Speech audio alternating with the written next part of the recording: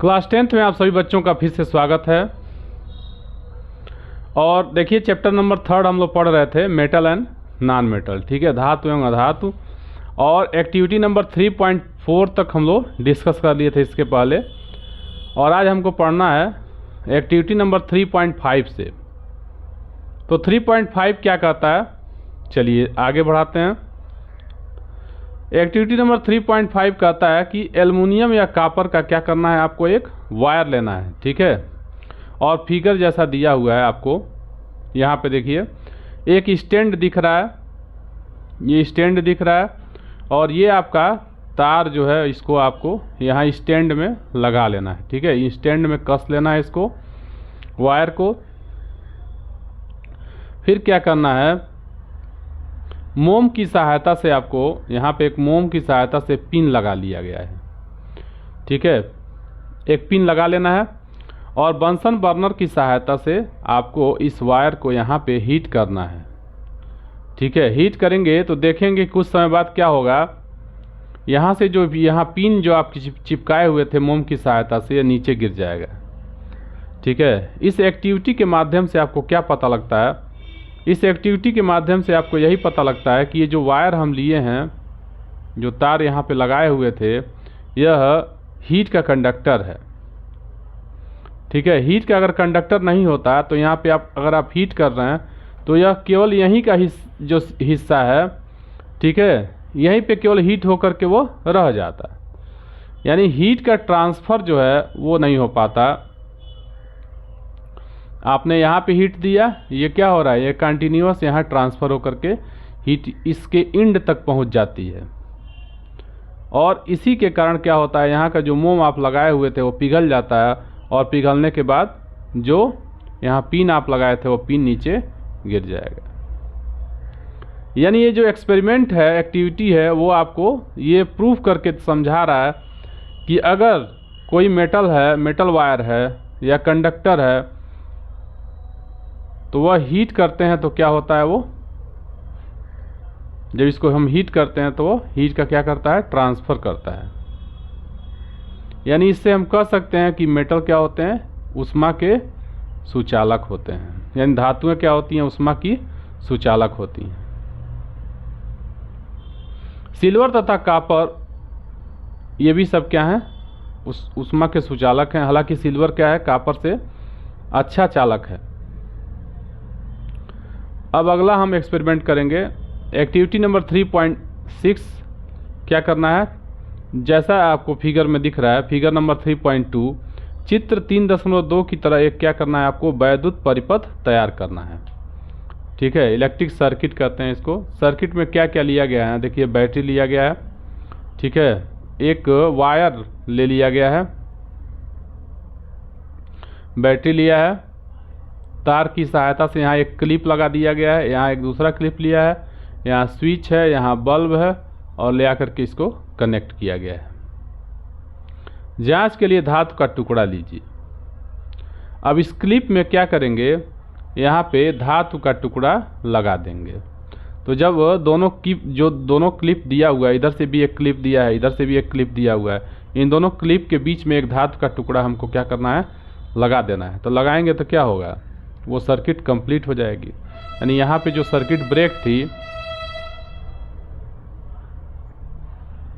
इन दोनों के बीच में जो सर्किट ब्रेक है, उसी के बीच में आपको क्या करना है, एक धातु का टुकड़ा लेना है, ठीक है।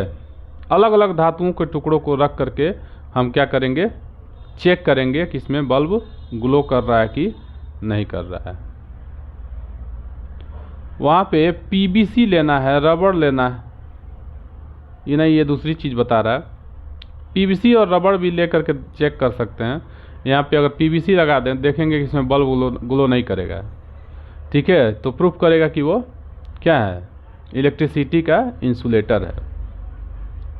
वो ये समझा रहा है कि ये जो तार है इसके ऊपर क्या होता है, रबर या पीवीसी की परत चढ़ाई गई होती है, जिससे इलेक्ट्रिक शॉक न लगे, ठीक है।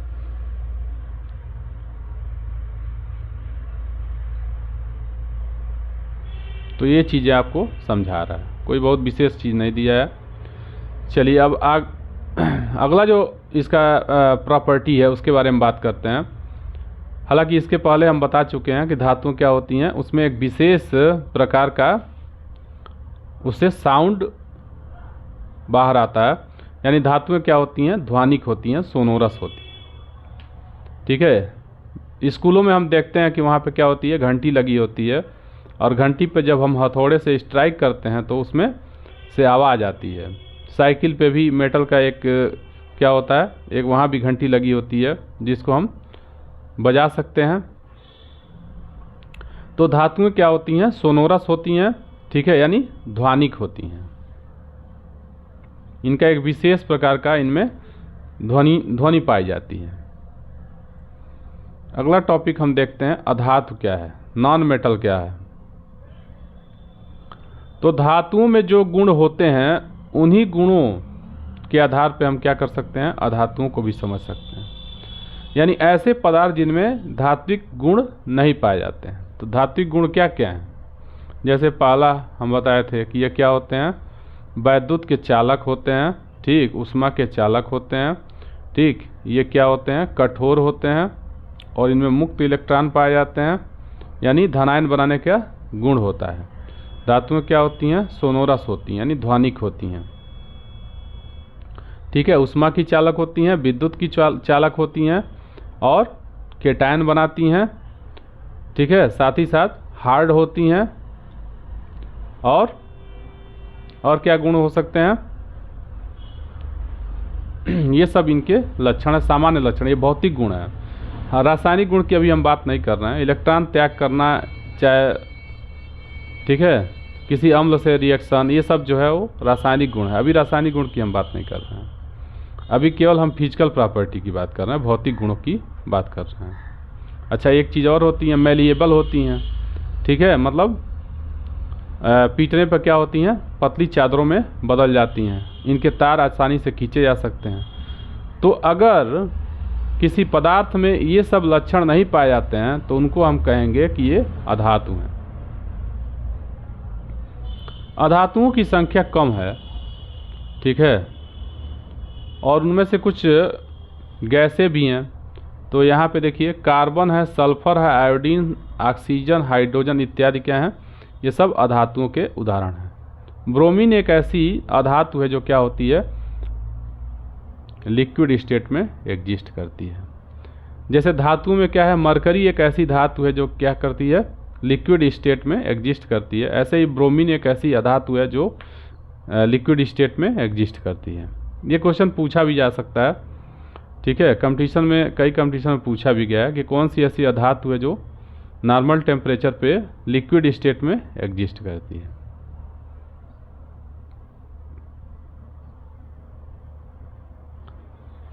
चलिए, एक्टिविटी नंबर 3.7 की बात करते हैं। कार्बन, सल्फर तथा आयोडीन के नमूने एकत्र कीजिए। इन अधातुओं से 3.1 से 3.4 और 3.6 तक के क्रियाकलापों को दोहराइए और अपने प्रेक्षणों को लिखिए।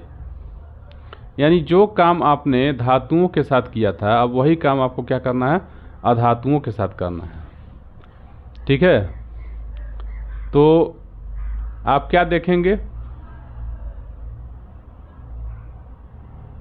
यहाँ पे तत्व लिख लेंगे, कौन सा एलिमेंट आप चूज कर रहे हैं।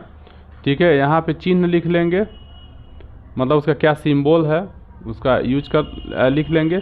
सतह का प्रकार, किस तरह से उसका सरफेस है, हार्ड है कि नहीं हार्ड। ठीक है, तो हार्डनेस कम पाया जाता है, धातुओं में हार्डनेस जो होता है वो कम पाया जाता है। अधातुओं में हार्डनेस कम होता है।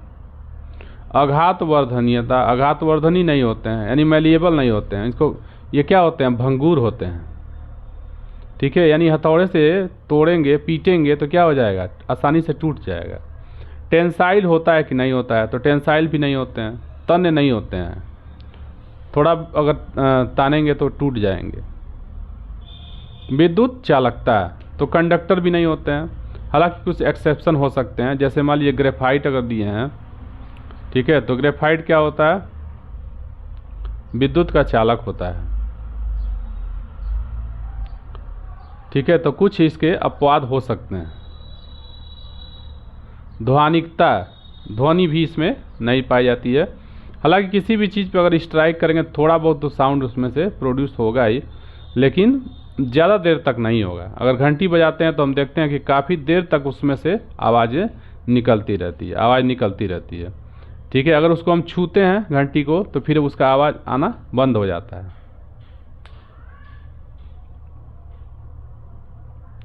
ठीक है, तो ये सब अधातुओं के लक्षण हैं।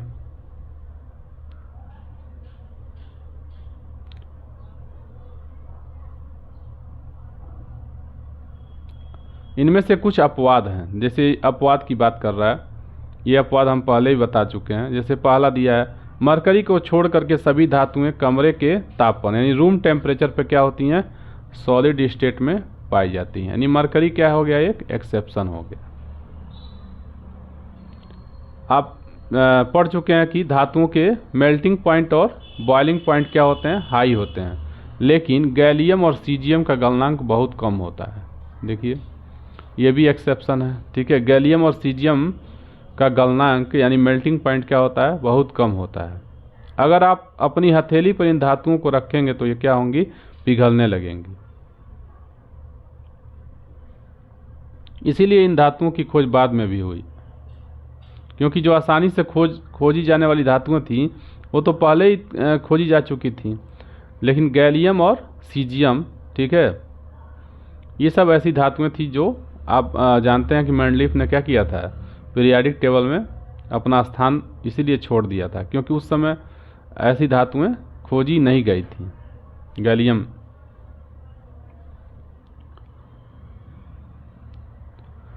चलिए अब आगे बढ़ते हैं। आयोडीन अधातु होते हुए भी क्या होता है, चमकीला होता है। हालांकि आप जानते हैं कि धातु में क्या होती हैं, चमक पाई जाती हैं, लेकिन आयोडीन क्या है, एक अधातु है, फिर भी इसमें चमक पाई जाती है। ठीक है, कार्बन एक ऐसी अधातु है जो क्या होती है, विभिन्न रूपों में विद्यमान होती है। ये बात हम पहले ही बता चुके हैं। ठीक है, हीरा, ग्रेफाइट और फुलरेन, इसमें से हीरा जो है वो क्या है, हार्डेस्ट मटेरियल है, तो ये भी एक एक्सेप्शन है। ठीक है, सामान्यतः धातुएं क्या सामान्यतः अधातुएं क्या होती हैं, हार्ड नहीं होती हैं, लेकिन हीरा क्या है, एक अधातु है फिर भी क्या है, हार्डेस्ट है, तो ये भी एक एक्सेप्शन है। ग्रेफाइट क्या है, यह भी एक अधातु है, लेकिन क्या होता है, इलेक्ट्रिसिटी का कंडक्टर होता है, तो ये भी एक क्या है, एक्सेप्शन है, अपवाद है। क्षारीय धातु इतनी मुलायम होती हैं कि इनको चाकू से भी काटा जा सकता है, इसके घनत्व और गलनांक बहुत कम होते हैं। ठीक है, लिथियम, सोडियम और पोटेशियम, इनको आसानी से हम क्या कर सकते हैं, काट सकते हैं। हालांकि काटते समय सावधानी हमको बरतना चाहिए। सोडियम और पोटेशियम जो क्षार धातुएं हैं, ठीक है, एल्कली मेटल्स हैं, ये क्या होती हैं, हाईली रिएक्टिव होती हैं, इसीलिए इनको मिट्टी के तेल में रखा जाता है या ऑर्गेनिक कोई भी सॉल्वेंट में रख सकते हैं। ठीक है, जिससे नमी से यह रिएक्शन न कर पाए। नमी यानी वाटर से क्या होती हैं, रिएक्ट करती हैं।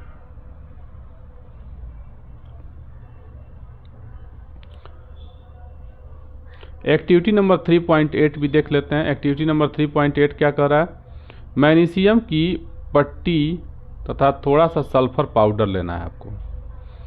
मैग्नीशियम की पट्टी लेना है और थोड़ा सा आपको सल्फर का चूर्ण लीजिए। मैग्नीशियम की पट्टी का दहन कीजिए, उसकी राख को इकट्ठा कीजिए, उसे पानी से घोल दीजिए, पानी में उसको घोल देना है। यानी मैग्नीशियम रिबन आता है लैब में, उसको क्या करना रहता है, सैंड पेपर से उसको खुरुच करके उसके ऊपर का जो लेयर है उसको हटा देते हैं, फिर क्या करते हैं, उसको गर्म करते हैं, हीट करते हैं, तो वो बर्न हो जाएगा। ठीक है, और फिर क्या करेंगे, जब वो बर्न हो जाएगा, जल जाएगा, पूरा कंबस्शन हो जाएगा, तो उसकी राख बच जाएगी। उसकी राख को आपको इकट्ठा करना है, उसको पानी में घोल देना है। लाल तथा नीले लिटमस पेपर से प्राप्त विलयन की जांच कीजिए। मैग्नीशियम ऑक्साइड बनता है। ठीक है, मैग्नीशियम हाइड्रोक्साइड बन जाएगा जब वाटर में मिलाएंगे, तो फिर क्या होगा, मैग्नीशियम हाइड्रोक्साइड क्या करता है, एक बेस है, तो फिर वो बेसिक प्रॉपर्टी को शो करने लगेगा। यानी लाल लिटमस को क्या करेगा, वो नीला करने लगेगा। वही पूछ रहा है कि अम्लीय है कि क्षारीय है, तो क्षार हो जाएगा। अब सल्फर को गर्म करेंगे, ठीक है, सल्फर को हीट करेंगे। दहन से उत्पन्न धुएं को एकत्र करने के लिए उसके ऊपर एक परखनली रख दीजिए। सल्फर से क्या होता है, सल्फर डाइऑक्साइड बनती है, और सल्फर डाइऑक्साइड गैस क्या है, एक अम्लीय है। तो यहाँ यही चीज़ आपको समझाया जा रहा है कि जो धातुएं होते हैं, धातुओं के जो ऑक्साइड होते हैं वो क्षारीय प्रकृति के होते हैं, जबकि अधातुओं के जो ऑक्साइड होते हैं वो अम्लीय प्रकृति के होते हैं। ठीक है, इस वही समझा रहा है, इसमें बचा हुआ था। इस प्रखनली में जल डालकर उसे अच्छी तरह से मिला लीजिए।